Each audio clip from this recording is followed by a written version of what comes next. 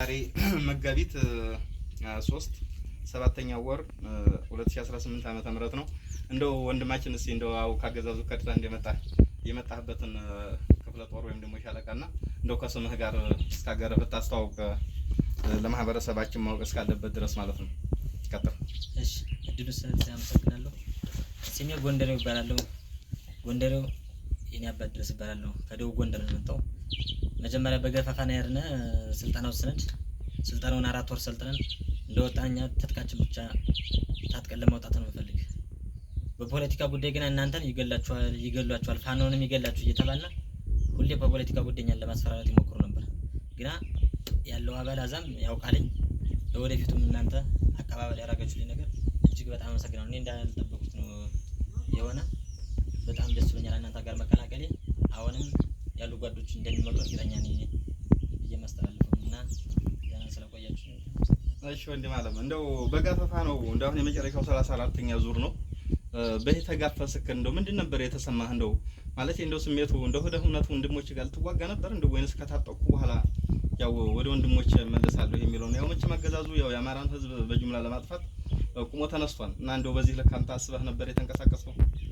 በፍጹም እንደዛ አይደለም። እኛ ስታፍንጫችን ታጥቀን ለማውጣት ነው። እናንተ ጋር ሆነን ለመታገል አማራ ክልል ነፃ ለማውጣት ለወደፊቱ ታግል በቃ አማራ ክልልን ነፃ ለማውጣት ነው የምንፈልግኛ።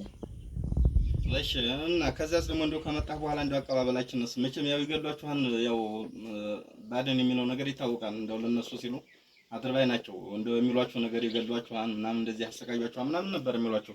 እንደው ከመጣችሁ በኋላስ እንደው ሁኔታው ያለው ነገር እንዴት አየኸው? የፋኖን አቀባበል ወንድማማችነታችንስ የተለየ ነው።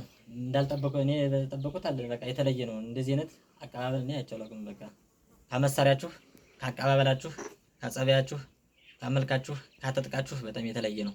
አሁን ቀደም ብዙም እንደዚህ እሳድጀ ነበር የሆኑ ልጆች እነሱን ራሱ ገደውላቸዋል። ውሸታቸውን ግን ደውሎልኛል በስልክ።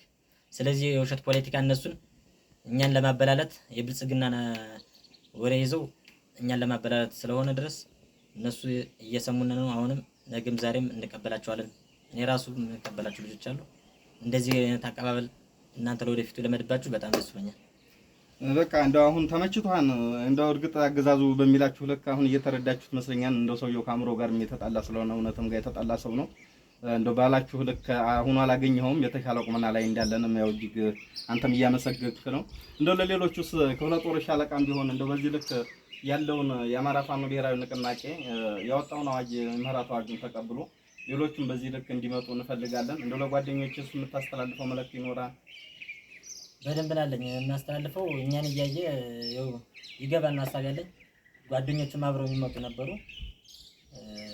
ያው እንግዲህ አልመቻች ብሎ እኔ የመጡበት ሁኔታ ነው። እንደዋዛ ነው የመጣው። ወደፊት እናስብበታለሁ። ግን አዛ የሆነ ጥንቃቄ ምናምን ስለሚያበዙባቸው ነው።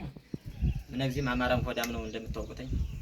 አዛ መሳሪያ ነው ጠርንፈው የሚያሩ እነሱ እንግዲህ መንግስት አምኖ የሰጠው መሳሪያ ጠርንፈው ሰው በቃ ተጠብቆ ሰው እንዴት ነው በገመድ ታስሮ የሚውል ደሮ ነው።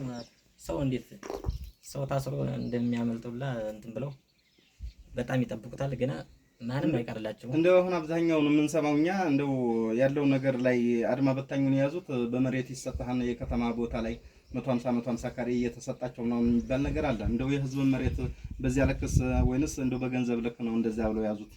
የውሸት ፖለቲካ ነው። እንኳን ቦታ ቀርቶ ማለት ነው ጥይት ፍሬ አሟልቶ የማይሰጥ ትጥቅ ራሱ እኛ አልተቀበልንም። ክልሉ የለውም ነው የተባለ። ጥይት ፍሬ ራሱ ከመከላከያ ተበድረን የምንሰጠው ስላሉና ጥይት ራሱ ያልተሟላ ጥይት ስለሰጡን ትጥቅም ስለሌለ ኮቾሮ ራሱ ብዙም በቃ አስቃጥለ ምናምን የለም። ስለዚህ ይሄማ እኛን ያዙ እያስፈጭ ነው ብለን ወስነን የመጣንበት ስለሆነ እሺ ወንድማን በቃ እናመሰግናለን ስለሰጠን ኢንተርቭ። ከአማራ ፋኖ ብሔራዊ ንቅናቄ ምስራቅ አማራ ቀጠና ምኒልክ ዕዝ 102ኛ ኮር 65ኛ ክፍለ ጦር ህዝብ ግንኙነት መምሪያ ፋኖ ያሲን ኡመር። ለሌሎቹም ቢሆን በየአካባቢው ላላችሁ ሚኒሻና አድማ ብተና ከወንድሞቻችሁ ጋር አገዛዙ እንደማይጠቅም አውቃችሁ ከወንድሞቻችሁ ጋር እንድትሰለፉ ስትል ጥሪያችንን እናስተላልፋለን። አመሰግናለሁ።